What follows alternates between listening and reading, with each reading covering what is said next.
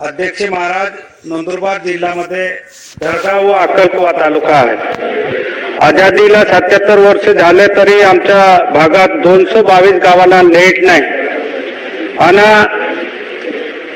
2014 मध्ये 398 कोटी मंजुरी दिली आहे। बावनकुळे साहेब असताना मंजुरी दिली आहे, पण आतापर्यंत आमच्या भागात ते पैसे खर्च केले नाही आणि म्हणून आज आपण जल जीवन मिशन काढला आहे।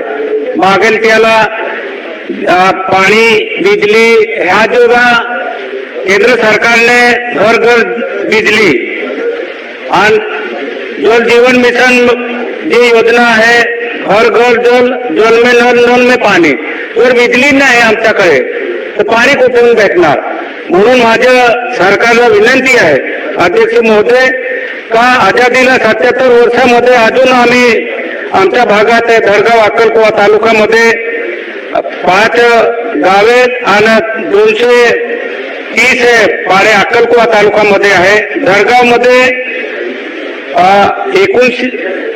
39 गावे आणि 185 पाडे एवढ्या गावांना आजपर्यंत लेट जोडली गेली नाही।